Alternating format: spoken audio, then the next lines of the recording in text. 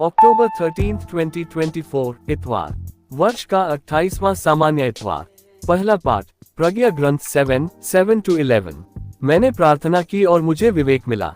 मैंने विनती की और मुझ पर प्रज्ञा का आत्मा उतरा। मैंने उसे राजदंड और सिंहासन से ज्यादा पसंद किया और उसकी तुलना में धन दौलत को कुछ नहीं समझा। मैंने उसकी तुलना अमूल्य रत्न से भी नहीं करना चाहा, क्योंकि उसके सामने पृथ्वी का समस्त सोना मुट्ठी भर बालू के सदृश है और उसके सामने चांदी कीच ही समझी जाएगी। मैंने उसे स्वास्थ्य और सौंदर्य से अधिक प्यार किया और उसे अपनी ज्योति बनाने का निश्चय किया, क्योंकि उसकी दीप्ति कभी नहीं बुझती। मुझे उसके साथ साथ सब उत्तम वस्तुएं मिल गई और उसके हाथों से अपार धन संपत्ति। दूसरा पाठ, इब्रानियों के नाम पत्र 4:12-13। क्योंकि ईश्वर का वचन जीवंत, सशक्त और किसी भी दुधारी तलवार से तेज है। वह हमारी आत्मा के अंतरतम तक पहुंचता और हमारे मन के भावों तथा विचारों को प्रकट कर देता है। ईश्वर से कुछ भी छिपा नहीं है।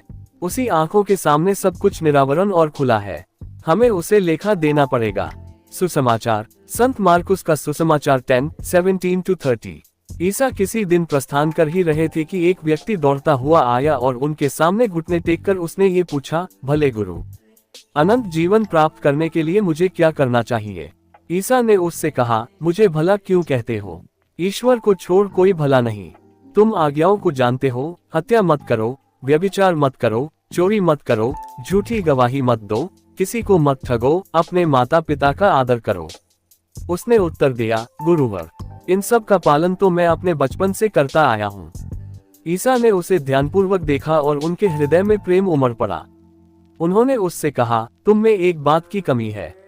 जाओ, अपना सब कुछ बेचकर गरीबों को दे दो और स्वर्ग में तुम्हारे लिए पूंजी रखी रहेगी। तब आकर मेरा अनुसरण करो। ये सुनकर उसका चेहरा उतर गया और वह बहुत उदास होकर चला गया, क्योंकि वह बहुत धनी था। ईसा ने चारों ओर दृष्टि दौड़ाई और अपने शिष्यों से कहा, धनियों के लिए ईश्वर के राज्य में प्रवेश करना कितना कठिन होगा। शिष्य ये बात सुनकर चकित रह गए। ईसा ने उनसे फिर कहा, बच्चों, ईश्वर के राज्य में प्रवेश करना कितना कठिन है।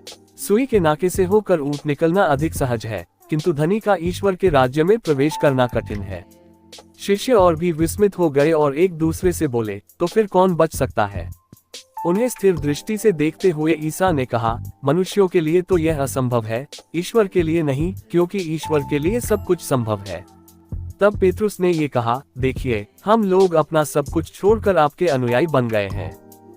ईसा ने कहा, मैं तुमसे ये कहता हूँ, ऐसा कोई नहीं जिसने मेरे और सुसमाचार के लिए घर, भाई बहनों, माता पिता, बाल बच्चों अथवा खेतों को छोड़ दिया हो, और जो अब इस लोक में 100 गुना न पाए घर, भाई बहनें, माताएं, बाल बच्चे और खेत, साथ ही साथ अत्याचार और परलोक में अनंत जीवन। मनन चिंतन। आज का सुसमाचार हमें ये सोचने के लिए चुनौती देता है कि वह कौन सी चीज है जो हमें यीशु का पूरी तरह से अनुसरण करने से रोक रही है। धनी व्यक्ति ने सभी आज्ञाओं का पालन किया, लेकिन अपने धन के प्रति उसके लगाव ने उसे अपना पूरा दिल ईश्वर को देने से रोक दिया। यीशु ये नहीं कह रहे हैं कि धन अपने आप में बुरा है, परंतु ये कह रहे हैं कि वह कोई भी चीज हो, चाहे वह पैसा हो, संपत्ति हो या अन्य प्राथमिकताएं जो हमारे और ईश्वर के बीच खड़ी हैं, हमें उनके राज्य में पूरी तरह से प्रवेश करने से रोक सकती हैं। यीशु हमें ऐसी किसी भी चीज को त्यागने के लिए आमंत्रित करते हैं जो हमें उन पर पूरी तरह भरोसा करने और उनका अनुसरण करने से रोकती है। इसका हमेशा यह मतलब नहीं है कि हमें अपनी सारी संपत्ति बेचने की जरूरत है, बल्कि इसका मतलब यह है कि हमें अपने दिलों की जांच करनी चाहिए कि हम किन चीजों पर आश्रित हैं जो हमें ईश्वर से पूरी तरह प्रेम करने और दूसरों की सेवा करने से रोक रही है।